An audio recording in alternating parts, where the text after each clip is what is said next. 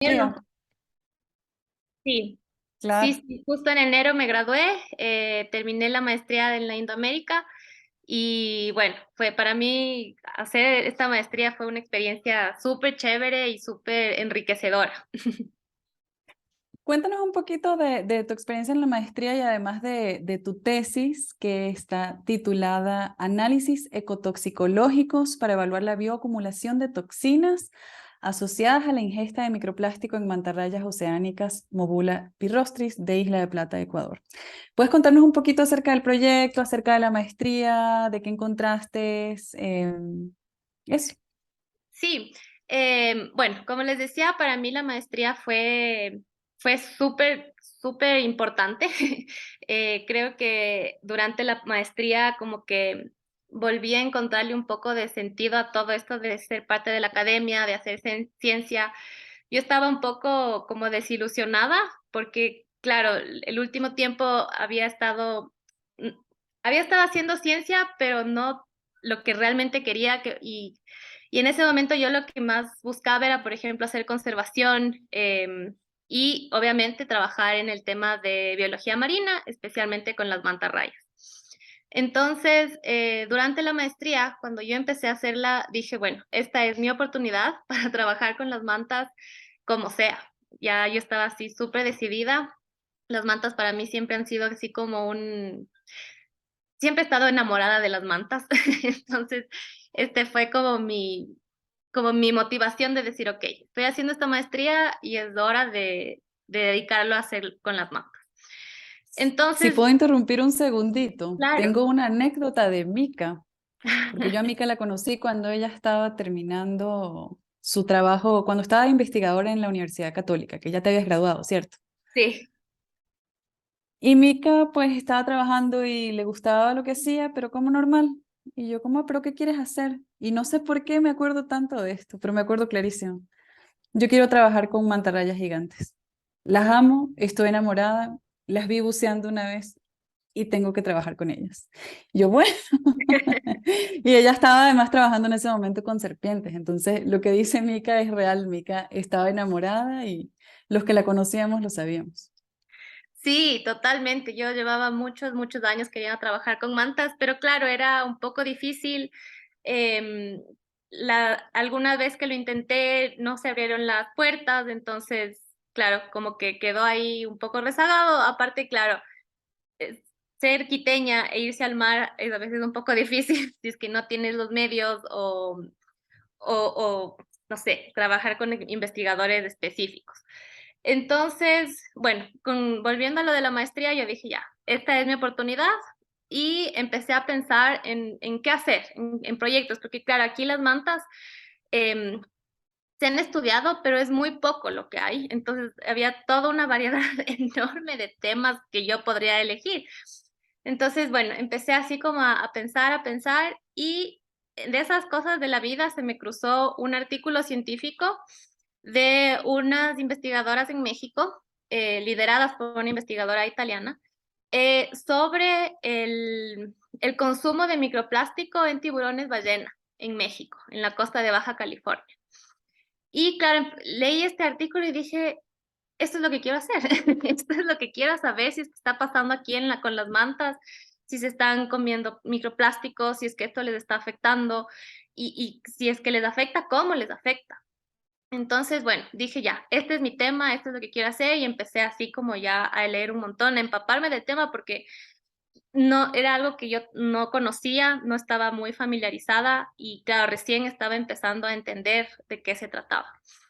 Entonces, así empezó y bueno, yo también tuve contacto con algunas personas, con Michel Guerrero, por ejemplo, yo ya colaboraba con él hace algún tiempo, es el experto en mantarrayas aquí en el Ecuador, dirige el proyecto Mantas de Ecuador, entonces él también me abrió las puertas y conversé justamente con una de las mexicanas que estuvo involucrada en este primer proyecto que yo encontré de tiburones ballena. Y me empecé a explicar, era súper abierta, súper linda. Yo ya la había conocido una vez aquí en Ecuador, entonces, claro, ya teníamos algo de acercamiento. Y bueno, me empezó a explicar un montón de cosas y así, bueno, nació el proyecto. Y, Pero dentro de eso yo también tenía algo, o sea, me apasionaba mucho lo de las mantas, todo este tema del plástico que aparte es así como tan grave ya a nivel mundial. Entonces yo dije, bueno, yo me estoy enterando de un montón de cosas que incluso como bióloga recién lo estaba, o sea, estaba abriendo los ojos. Entonces dije, esto es algo que la gente se tiene que enterar. O sea, no puede quedarse en una publicación científica, no puede quedarse en una tesis. Entonces, como proyecto, yo sugerí que como parte de mi tesis también haya aparte del componente científico y de investigación, de tomar muestras y todo, que haya un componente de educación y de comunicación, porque para mí era básico que la gente se entere y poder contarle qué es lo que está pasando y qué hacer al respecto. Entonces, justamente el proyecto tiene estos tres componentes y como les dijo Patti, yo soy fotógrafa y también estoy ahorita metiéndome en el mundo del video. Entonces, junto con Gustavo Pazmiño, que él también es parte de otros proyectos que ya les voy a contar, decidimos hacer un como mini documental sobre el trabajo que estábamos haciendo para contarle a la gente por qué para mí era tan importante entender por qué las mantas se estaban comiendo plástico. Entonces, claro, que no se quede solo en esta pequeña comunidad que a veces somos los científicos, sino poder hablarlo de una forma más amigable, de una forma visual, que a la gente les llega muchísimo más que solo en palabras. Entonces empezamos a hacer estos productos audiovisuales, que tenemos dos mini documentales. El uno que es así como ya súper, te explica súper bien todo lo que estamos haciendo, pero dentro todavía de un lenguaje así como bastante entendible por cualquier persona que lo vea. Y lo chévere también es que tenemos imágenes súper lindas de las mantas, hablamos de la población de mantas, porque aunque no lo crean, en el Ecuador tenemos la población de mantarrayas gigantes más grande del mundo. O sea, no hay otra población más grande en el Ecuador que en el Ecuador, perdón. Entonces, es increíble que nosotros mismos como ecuatorianos no sepamos que existen, no sepamos que están aquí y encima que es la población más grande del mundo. Entonces, toda esta información yo quería compartirla y contarle a la gente, o sea, compartirles porque a mí me parecía tan impresionante. Entonces, bueno, así nació el proyecto y así, ese fue mi proyecto de tesis para la maestría. ¿Y entonces qué encontraste? ¿Las mantas están mal de microplásticos? ¿No tan Bueno, mal? ¿Muy mal? em, para este proyecto yo justo había sacado una beca con unos fondos muy chiquititos y claro, mientras fuimos haciendo tomando las muestras y todo, nos dimos cuenta que necesitábamos mucha más plata, muchos más fondos para poder analizar estas muestras. Entonces, para mi tesis, yo, o sea, me gradué presentando el proyecto y como contando qué es todo lo que estaba haciendo, pero sin analizar las muestras todavía, porque para poder analizarlas, primero es bastante caro, no se lo hace aquí en el Ecuador, y yo tenía que mandar mis muestras afuera, probablemente a Estados Unidos o a Italia, entonces me dijeron O sea, que que esos análisis de microplásticos no se llevan a todavía no cabo en están Ecuador. hechos. Ajá, no, eso específicamente no, porque yo lo que Mm, quería encontrar, como las mantas son una especie protegida a nivel mundial, no es que puedes coger una manta, abrirle el estómago, sacarle el contenido estomacal y ver si es que hay algo. No puedes hacer eso. claro. Entonces, lo que nosotros hacemos es a través de un método poco invasivo, lo que hacemos es coger una pequeña biopsia de tejido muscular para, se trata de ese tejido para ver las concentraciones de ciertos contaminantes que están muy asociados a la contaminación, a la ingesta de microplástico. Entonces, es como un análisis indirecto. Entonces, claro, yo no veo el Claro, o sea, microplástico. normalmente si es una especie que está menos amenazada, la abrirías tal cual como tú dices, le sacas el estómago y ahí le ves bajo una lupa, un microscopio, un estéreo, algo, si Exacto. está ahí o no, ¿no? Entonces, claro, como están amenazadas, tienes que hacer una aproximación indirecta de Exacto. acuerdo a los químicos que están en los plásticos. Y deben ser muchísimos químicos distintos, ¿no? Porque parte del problema del plástico es que son todos distintos y por eso no se reciclan bien, ¿no? Claro, pero bueno, hay algunos contaminantes que están muy asociados al microplástico porque el plástico cuando está en el ambiente, especialmente en el mar, actúa como un imán.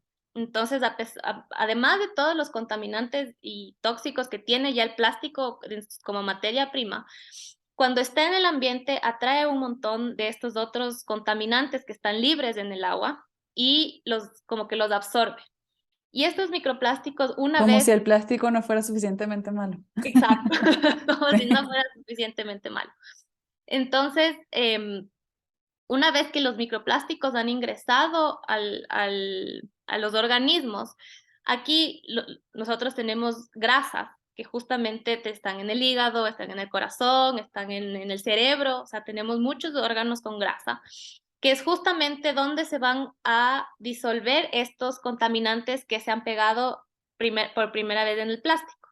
Entonces, eso, claro, es aparte de todos los problemas que causa el consumo de microplástico o plástico como tal, o sea, bloqueos intestinales, perforaciones, todo eso, también tenemos toda esta liberación de toxinas dentro de los organismos y son toxinas que se bioacumulan, o sea, no van a salir.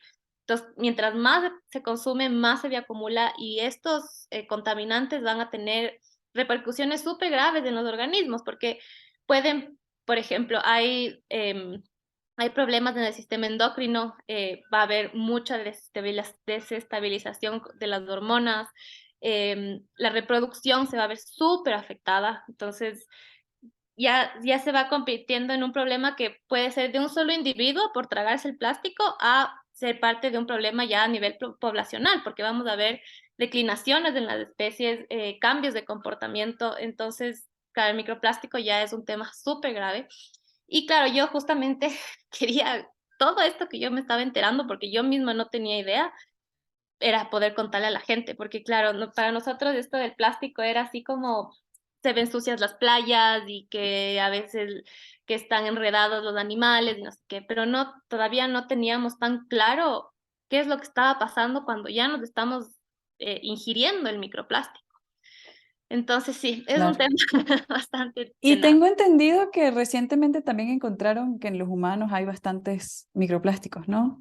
Sí, o sea, ahorita estamos súper contaminados todos, o sea, desde el Ujú. microorganismo más chiquitito hasta nosotros, que estamos, o sea, en teoría no estamos tan a merced de la contaminación del agua, del aire, así. Nada, o sea, ya todos estamos llenos de contaminación, se han encontrado microplásticos en la sangre, en la leche materna, en la placenta, entonces, claro, ya estamos, o sea, cada bocado que nos metemos a la boca y cada respiro que damos está con plástico, está con contaminantes. Entonces, ya es un tema súper grave y esa Y sobre urgencia, todo grave porque todavía no estamos ni cerca de parar la generación de nuevo plástico. O sea, no, exacto. porque no hemos ni llegado ni cerca a eso.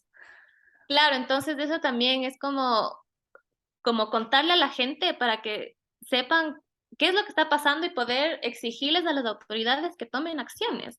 Porque a la final son cómplices, porque ellos saben, o sea, son cómplices de todo lo que está pasando y no están haciendo nada, absolutamente nada. O sea, durante mi tesis también estaba viendo, por ejemplo, aquí en el Ecuador hay muy pocos estudios del microplástico y uno de los que encontré es justamente de Blanca Ríos, que ella hace en el río Guayabamba y encuentra que, claro, o sea, este río que sale de la ciudad de Quito, básicamente, lleva una cantidad de microplásticos que es absurda, o sea, es absurda. Y es un río que pasa por una ciudad. Entonces, el Ecuador tiene muchas ciudades que no tratan sus aguas, o sea, Quito trata menos del 8% de sus aguas. Entonces, eso es un problema que las autoridades han decidido no, no atacar y solo siguen dejando que pase. Entonces, yo decía así como todas las poblaciones que están abajo del río Guayabamba, abajo de Quito, podrían meterle un juicio al municipio por incompetencia, por no hacer todo lo que deberían hacer para protegernos. O sea, ya es un tema súper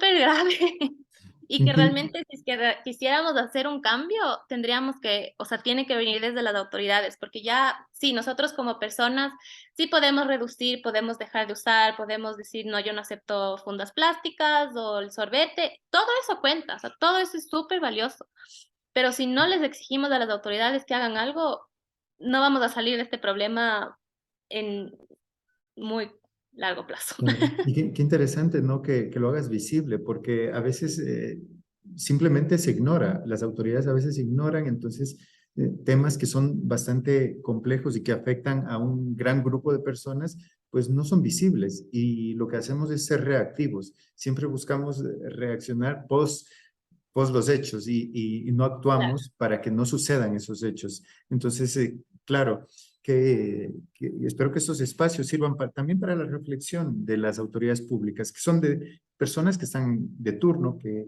posiblemente eh, puedan desarrollar un proyecto a largo plazo que permita hacer un cambio significativo, porque los proyectos a largo, en este caso, se tiene que hacer un proyecto a largo plazo y se tiene que empezar desde casa. Yo creo que cuando en las escuelas la educación es tan importante porque los niños son los que llevan la cultura a la casa. Por ejemplo, en mi época yo fui el que llevé a casa el hábito de reciclar.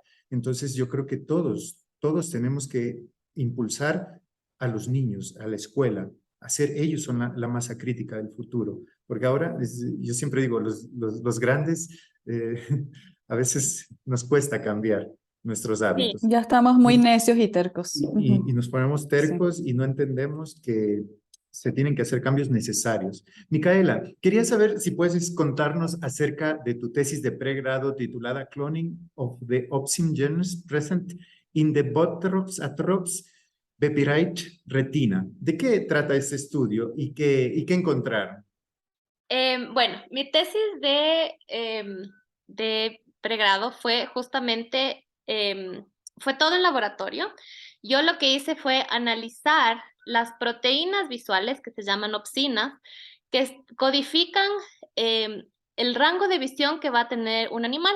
En este caso, Bothros atrox, que es la conocida serpiente X, que es súper venenosa, está en la Amazonía. Entonces, esta serpiente, bueno, yo analicé varios animales, pero a la final me gradué solo con la X porque fue, o sea, analizar estas opsinas, estas proteínas fue realmente difícil, o sea, lograr tener toda la secuencia de las proteínas visuales fue bastante complicado. Entonces hice de algunos sapos, hice de lagartijas, hice de serpientes. Y la única que logré sacar así como completita todas las proteínas fue de la serpiente X. Entonces lo que nosotros encontramos fue que, o sea, con la codificación de estas proteínas, estas serpientes que son normalmente crepusculares, nocturnas, están activas cuando ya hay poca luz, tienen una visión que va desde ultravioleta hasta, bueno, pasando por todo el rango de visión, hasta que, bueno, gracias a estas fosas termorreceptoras llegan hasta infrarrojo. Entonces, claro, eso no está en los ojos, pero, o sea, ya te das una idea que estas serpientes pueden ver en todo el rango de luz disponible que hay aquí en la Tierra. Entonces, de hecho, fue el primer estudio de este tipo aquí en el Ecuador. Estuvo súper chévere. Mi directora de tesis ella me ayudó un montón, yo le agradezco muchísimo porque con ella aprendí mucho del laboratorio, aprendí técnicas moleculares y encontrar esto a mí me pareció algo así como súper interesante entender cómo funciona la visión de los animales en general y específicamente de esta serpiente. Entonces, claro, y ahora que les veo a las X, ya obviamente sí, me encantan las serpientes, pero ahora verles es como decir, wow, o sea, estos manes ven todo.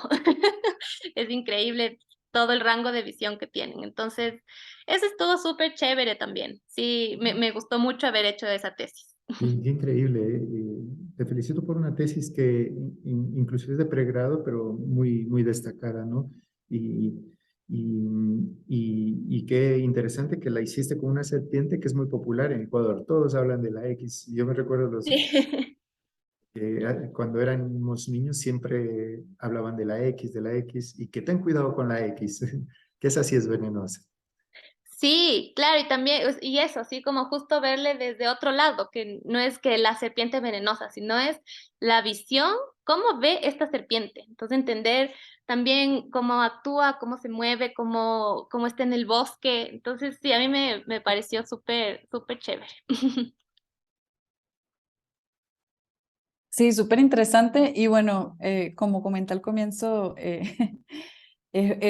creo que estas dos primeras preguntas que te hacemos, Mica, retratan perfecto como tu gran rango de intereses de investigación. Pero bueno, lo bueno de eso es que tu próximo paso puede ser cualquier cosa. Sí, ojalá con las Eh, mantas mismo. Yo sí quiero seguir trabajando con las mantas. Chévere. Mica, has estado involucrada también en una fundación que se llama Migramar. ¿Puedes contarnos un poquito acerca de tu experiencia con Migramar y también de la expedición Cocos Galápagos, que en su momento yo la veía todo el tiempo en las redes sociales? Entonces, si nos puedes contar un poquito acerca de esas dos cosas. Sí, bueno, justo fui parte de Migramar a través de la expedición Cocos Galápagos.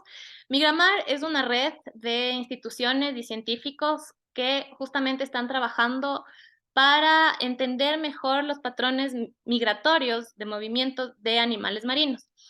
Entonces, ya durante varios años se había estado trabajando y planeando una expedición súper grande que fue esta entre la isla del Coco en Costa Rica y las Islas Galápagos aquí en el Ecuador.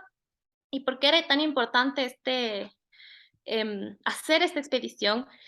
Fue porque necesitábamos tener evidencias de que los animales migratorios como tiburones, ballenas, delfines, tortugas, aves, mantas, estaban utilizando una migravía entre la isla del Coco y Galápagos.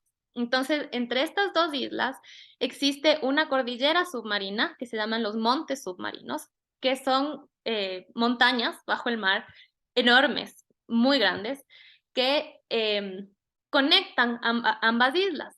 Entonces,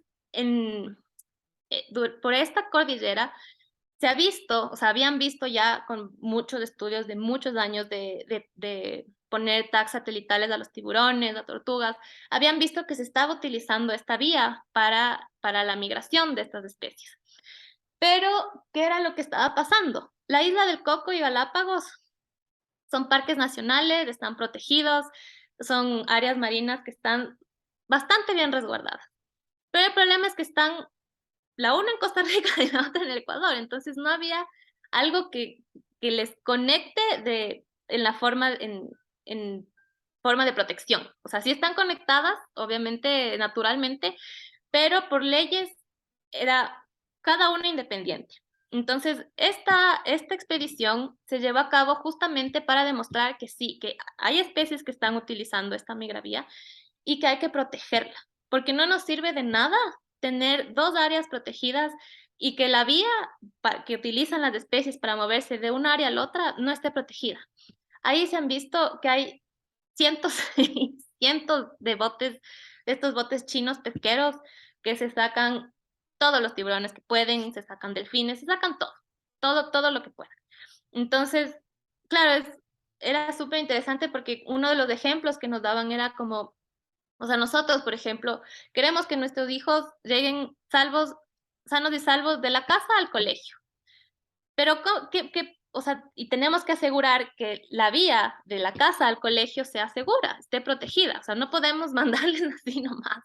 Entonces, esta era como la analogía que se estaba utilizando para decir, ok, necesitamos proteger esta ruta migratoria, que es una ruta de vida. O sea, los animales hay especies que migran para tener sus bebés en un sitio, migran al otro para reproducirse, entonces es una ruta que las especies están utilizando mucho.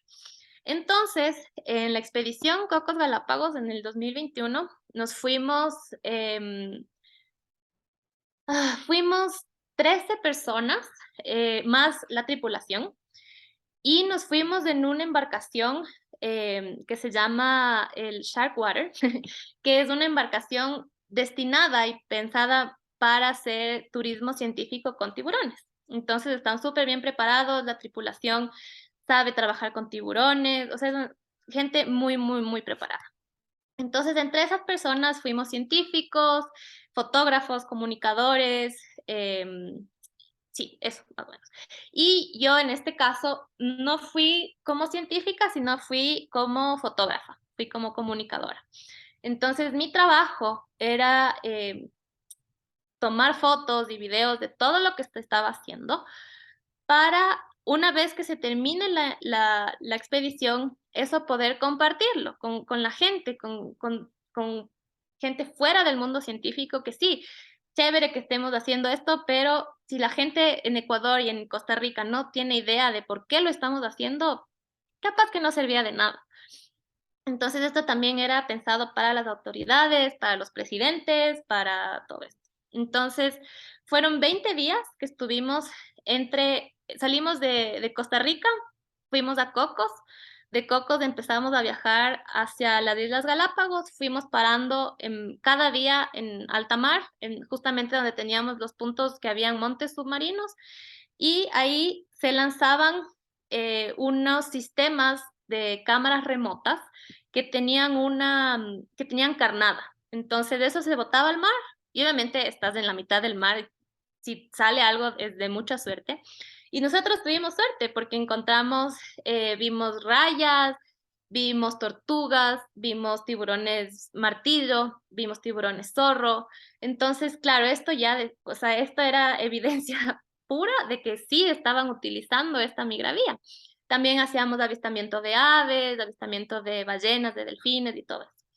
Entonces, fue una experiencia súper, súper loca para mí. Yo creo que es algo que a mí me cambió la vida completamente, porque aparte también conocí gente que estaba tan comprometida con la conservación de los océanos, que, o sea, no hubo nada más que solo inspiración en ese viaje. Entonces, para mí fue súper importante ¿Y eso desde fue antes de tu maestría o después? fue ¿O durante? durante. De hecho, Durante. sí, yo justo terminaba las clases, ya todas mis clases de la maestría, la semana que me iba al viaje. Entonces tuve que dejar haciendo los deberes y los últimos exámenes de esa semana, así como dejar todo listo para poder ir. Y ya mientras estaba en alta mar, me egresé de la maestría. Entonces, sí, fue hermoso, fue súper inspirador y eso te digo, o sea, conocí gente que ha trabajado en esto por muchos años, que le ha invertido todas sus fuerzas, todas sus ganas y que sí, a veces, sí me decían, o sea, a veces es súper desgastante porque ves que das un pasito y retrocedes 5, o sea, pero cada esfuerzo que han hecho, cada sudor, cada lágrima, cada todo que han hecho, se veía también reflejado en esto. Y meses después de esta expedición se declaró ya esta reserva marina entre Cocos y Galápagos, que ahora se llama Reserva Hermandad, y que por lo menos ya es un paso. O sea, todavía se necesita más protección, se necesita mucha Claro, pero al vigilancia, menos hay una figura. pero por lo menos ya existe. Entonces, Sí, legalmente ya se puede proteger a estos claro. animales que están viajando entre la isla del Coco y Galápagos. Entonces, sí, fue un viaje espectacular. No, y también muy bonito que justo, o sea, no justo después, pero un tiempo después de que terminan esa expedición, sí, digamos, hay un cambio positivo hacia la protección. O sea, como tú dices, es Sí, un primer pasito, falta muchísimo, o sea, seguro todavía están entrando cualquier cantidad de barcos a llevarse cualquier cantidad de animales, pero pues poco a poco, al menos como está la figura, se irá sí, generando ya más es un maneras primer de paso. proteger. Claro, Sí, Ujú. y yo pienso que es un paso importante porque mínimo se visibiliza algo que es necesario para la conservación. Micaela, eres apasionada de la ciencia y también de la fotografía, en sí. particular de la submarina, y también en usar esa pasión para ayudar a proteger la vida submarina. ¿Puedes contarnos un poco acerca de tu trayectoria fotográfica y de cómo has mezclado la fotografía con tu investigación y con la conservación? Claro, sí, bueno, como dices, soy una apasionada de, de la ciencia, de la conservación de los océanos y también de la fotografía. Yo empecé a hacer fotografía a mis 16 años, cuando mi papá me regaló mi primera cámara. Mi papá también es fotógrafo, entonces de ahí vino así como el amor por la fotografía. Y yo justo empecé la carrera de biología y empecé a salir al campo, a ir al bosque, a los páramos, al mar, todo. Entonces, ahí como empezó toda esta pasión por la fotografía de naturaleza en general. Entonces, tuve varios años de primero estar en el campo, de hacer fotos, de ir aprendiendo técnicas, de ir aprendiendo cómo funciona la luz, que la cámara y todo eso. Y como también soy una apasionada del mar, uno de mis grandes sueños era poder hacer fotografía submarina. Entonces, bueno, tuve mi primera cámara submarina, que era una de estas cámaras chiquititas, automáticas, que le metía al mar y ya disparaba y ya, por lo menos podía tener, como se dice, fotos de lo que estaba haciendo. Entonces, porque yo también soy buza, entonces yo desde el 2010 que aprendí a bucear, empecé a ir todos los años a bucear y claro, era también como descubrir todo este mundo que estaba súper alejado de la gente. O sea, las personas, a pesar de que estamos rodeados del mar, siempre ahí estamos en la playa, que el río, que el agua, que no sé qué. Tenemos una desconexión súper grande con el mundo marino. Entonces, claro, a los peces les vemos ya muertos en nuestro plato, no sabemos cómo funcionan en su ecosistema, cómo son vivos, los colores que tienen, o sea, estamos muy desconectados de eso. Entonces, cuando yo empecé a hacer este tipo de fotografía, claro, para mí era así como mostrarle a mi mamá, así como, mamá, mira lo que vi, lo que hice, el pececito, la raya, lo que sea. Entonces, así también empecé justamente a decir, bueno, eh, me gustaría poder mostrarle a la gente qué es lo que yo veo cuando me voy al mar y por qué a mí me apasiona tanto lo que estoy viendo, porque cada vez que yo entraba al mar era así como, a mí lo mejor que me puede pasar es estar en el mar. Entonces, así como que empezó a surgir esto y en el 2018, ya después, justo estaba trabajando en la Universidad Católica, ya tenía un buen sueldo, podía tener, podía darme el lujo de invertir en un equipo. Entonces, claro, busqué un montón, leí un montón de referencias, un montón de equipos, un montón de todo esto. Y en el 2018 logré comprarme mi primer equipo de fotografía submarina, que consta en una carcasa totalmente impermeable, que tiene un domo de cristal para poder que el lente pueda ver todo lo de afuera. Y bueno, me pude comprar mi primer equipo y claro, lo primero que hice fue irme a hacer fotos en la temporada de mantas. Entonces, esa primera experiencia con este equipo para mí fue también súper decisivo en mi vida. Porque, claro, así pude empezar ya a manejar luces, a manejar mejor profundidad de campo, todo. Pero claro, también hacer fotografía bajo el mar es muy diferente a hacer fotografía en tierra. Estás en otro ambiente, a veces tienes corriente, que no puedes irte contra el fondo, que no puedes irte muy arriba, que si te ve el grupo, o sea, es toda una reconfiguración del cerebro para hacer fotografía submarina. Pero a mí me encantó. Entonces, desde la primera vez que me fui a hacer fotografía bajo el mar o sea, dije, esto es lo que quiero. Y empecé a hacer fotografía, empecé a bucear mucho más, a mejorar también mi tipo de buceo para ser mejor en la fotografía.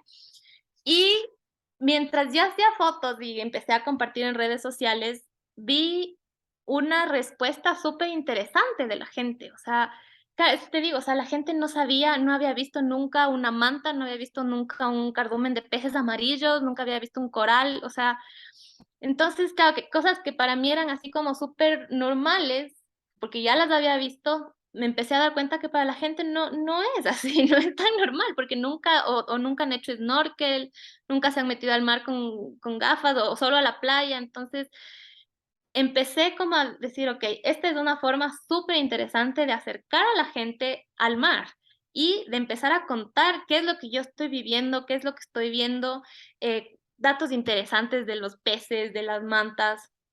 Y entonces, bueno, empecé a utilizar mis redes sociales para eso, para compartir mi fotografía y para compartir lo que yo sabía sobre estas especies y por qué es importante protegerlas, por qué es importante no contaminar los mares.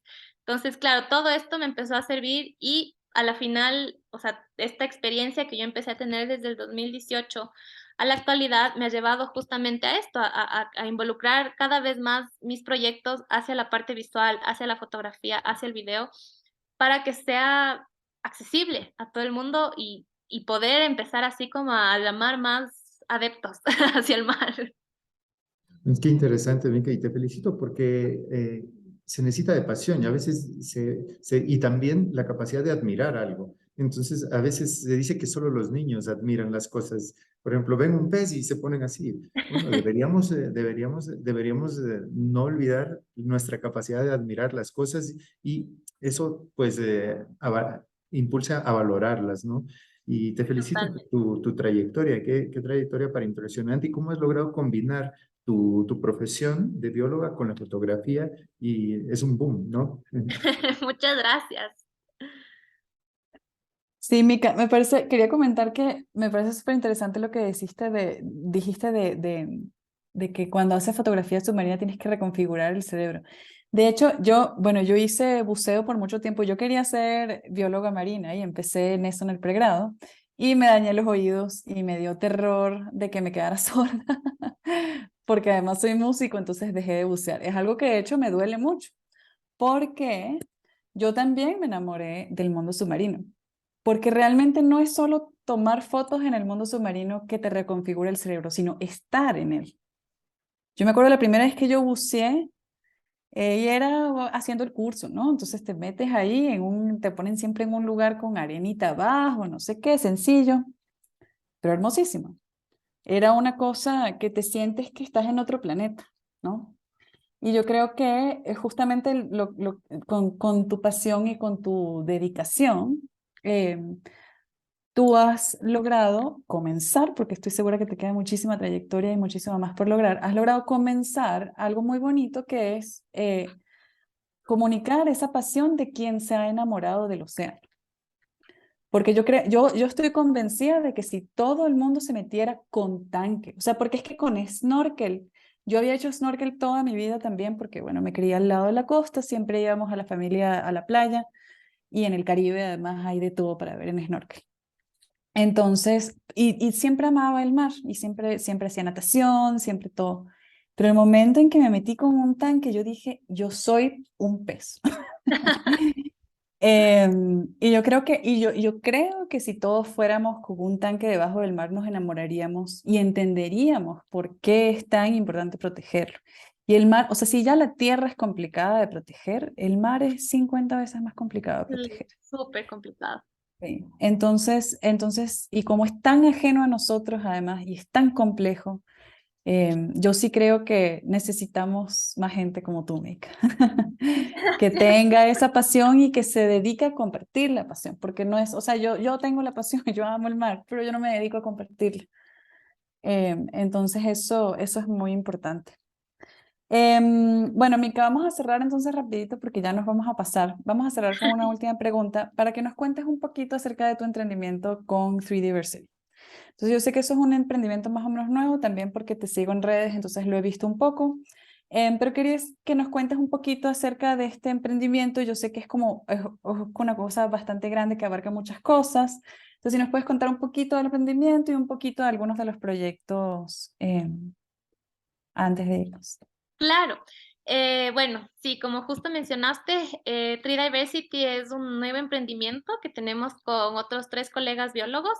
Justamente en este está Gustavo, que es el chico también que me ayudó a hacer toda la parte visual de mi tesis.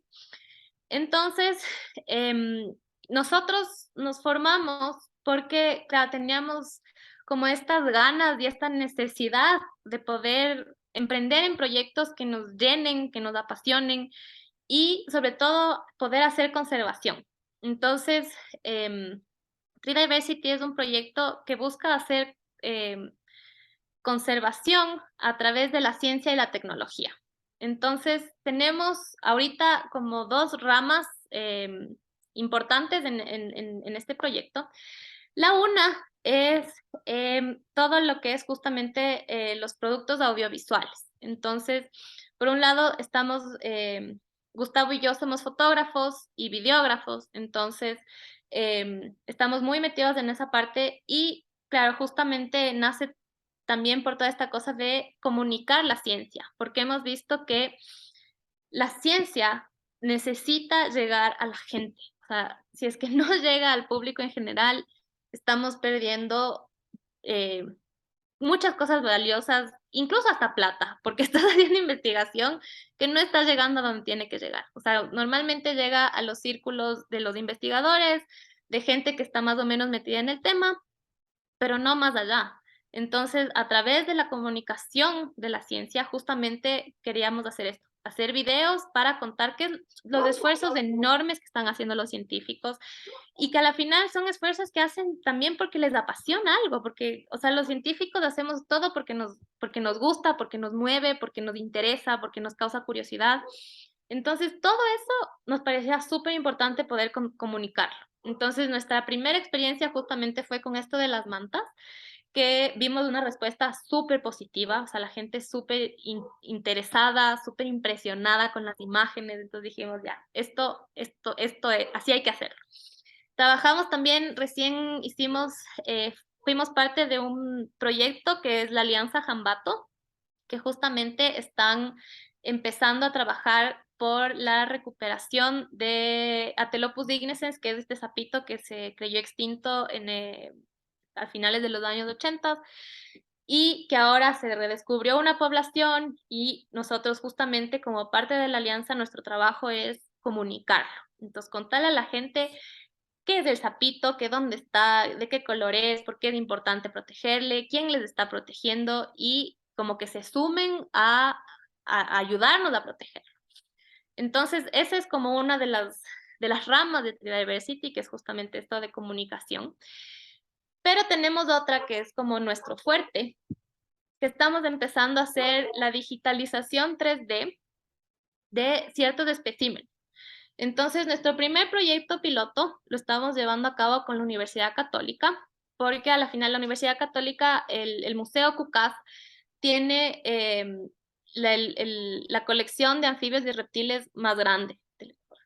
Entonces, empezamos por este museo y lo que nosotros estamos haciendo es digitalizar los holotipos. Los holotipos son especímenes científicamente súper importantes porque es el primer espécimen en base al cual se describió una especie. Entonces, con este espécimen se miden la patita, que cuánto mide, que el tamaño, que el color, que la escama, todo. Entonces, todos estos datos morfométricos te ayudan a describir una especie. Y cuando alguien quiere describir una nueva especie, normalmente siempre tienes que irte al holotipo. Entonces, y estos especímenes son súper delicados, el acceso es súper limitado. Si es que tú estás haciendo un estudio en Brasil y quieres verle ese holotipo, tienes que venirte de Brasil al Ecuador, pedir permiso, tienes que tener experiencia. O sea, por ejemplo, si un chico de un colegio quisiera hacer una monografía del holotipo de un sapito, no le van a dar permiso para entrar, verle, monearle y todo. Entonces, claro, son especímenes súper valiosos que están súper restringidos. Entonces, nosotros, junto con la Universidad Católica, decidimos que eso tenía que cambiar. Entonces, empezamos a digitalizar los holotipos del Museo CUCAS para que la gente pueda tener acceso. Entonces, lo que nosotros hacemos es tomar un montón de fotografías de estos bichitos en diferentes ángulos y sacamos una versión digital, o sea, es una copia digital del bicho real. Total, o sea, súper fiel, es igualito, o sea, tú le ves y tiene la misma coloración, tiene la misma textura, puedes medir el tamaño del dedito a la pata, de la pata a la cabeza, de la cabeza a la cola, entonces se vuelve científicamente súper valioso esto que estamos haciendo. Entonces, y también lo vuelve asequible a la gente y uno de nuestros principales objetivos es, bueno, hacer una plataforma virtual para que la gente pueda acceder libremente a esta información.